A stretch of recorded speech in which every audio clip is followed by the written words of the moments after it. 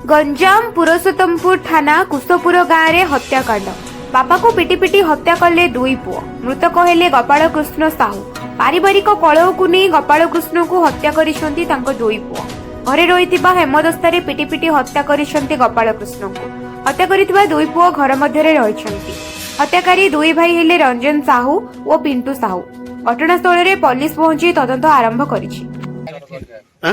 सबुदिन बाड़ियारा बुझेला पर भी बुझुनी केते बुझेलु ता भी मानुनी कहूची तते मु मारियाटा ही मारी काऊ बोगो गबणार सबुदिन एमती कहि कहि कहि आमे बाहर थिलु से रड बाड़ी नै कि ताको बाड़ियाउ जायतिला काऊ बाड़ी देला बोला पर मु कहली काई होउछ बयस रे इबा कथा नै बुझुन काई कहला से मते जा कहिची सब कहिची मते सब मिछ सत कहला से सात गणी ईशान जाय के टेकी छुइला अन्न छुइली कहला से पुलिस तम थाना भी नैथिलु आमे टिके टिके तो बूम नाउंदी ठीक कह दो 1 मिनिट।